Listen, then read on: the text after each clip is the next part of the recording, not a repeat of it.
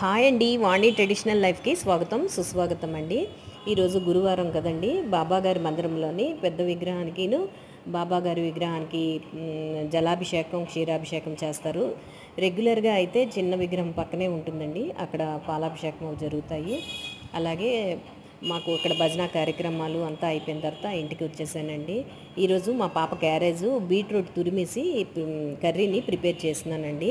పాప రెగ్యులర్గా చిప్స్లా cut చేసేస్తున్నావు mummy, ఈరోజు తురిమేసి చెయ్యు అని చెప్పేసి అన్నది. తురిమేసి బఠానీలు నైటు నానపెట్టుకున్నానండి.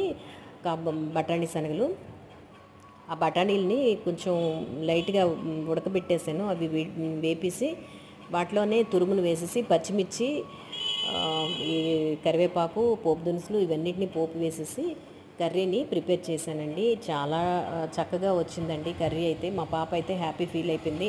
ఎందుకంటే వాళ్ళు పాపం లంచ్ బాక్స్ తీసిన వెంటనే వాళ్ళకు ఒక హ్యాపీనెస్ ఉంటుంది కదండి, వాళ్ళకి నచ్చిన ఫుడ్ తినాలని. ఈ రకంగా ఈరోజు ప్రిపేర్ చేశానండి. మీరు కూడా వీలైతే ట్రై చేయండి. నా వీడియోలు కనుక నచ్చినట్లయితే please do subscribe and support me. Thank you.